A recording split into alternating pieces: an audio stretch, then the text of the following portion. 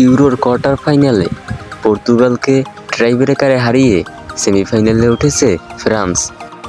অপরদিকে জার্মানি এবং স্পেনের মধ্যকার কোয়ার্টার ফাইনাল ম্যাচে 2-1 গোলের ব্যবধানে জার্মানিকে হারিয়েছে স্পেন।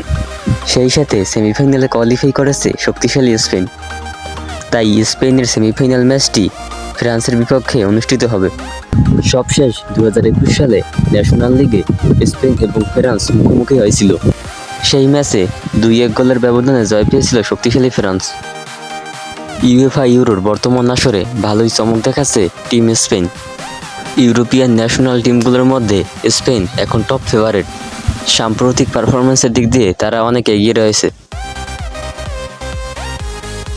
অপরদিকে ফ্রান্সও রয়েছে দারুণ ফর্মে। চলতি ইউরোর সবকটি ম্যাচই জয়ের ধারা অব্যাহত রেখেছে তারা।